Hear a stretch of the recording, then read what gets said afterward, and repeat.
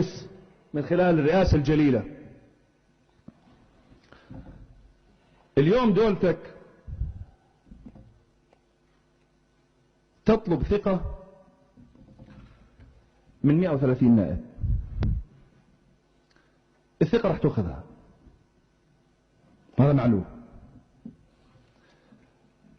ولكن من أخ اطلب الثقة عند الله فقط. اليوم عندك وزير عدل، وعندك وزير خارجية، وعندك وزير داخلية، لكن وكل آتينا يوم القيامة فردا.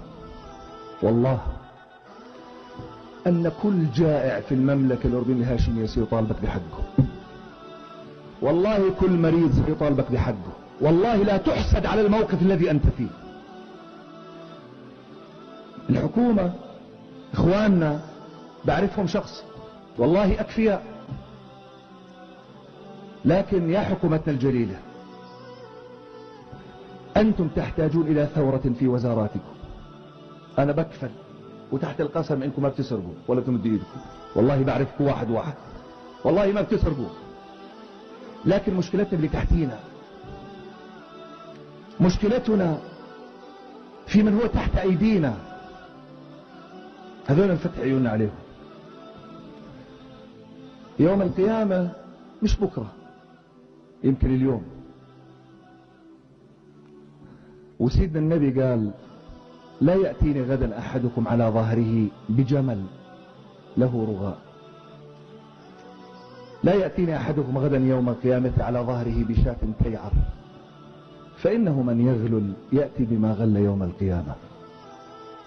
بالقدر الذي نحتاج فيه إلى شوارع بنية تحتية، نحن بحاجة إلى بناء الفكر، لأنه اليوم موظف الدولة محبط، لأنه موظف الدولة اليوم مش قنعان. صارت اليوم إذا بدك تحرك هاي من هون لهون تدفع عليها رشوة.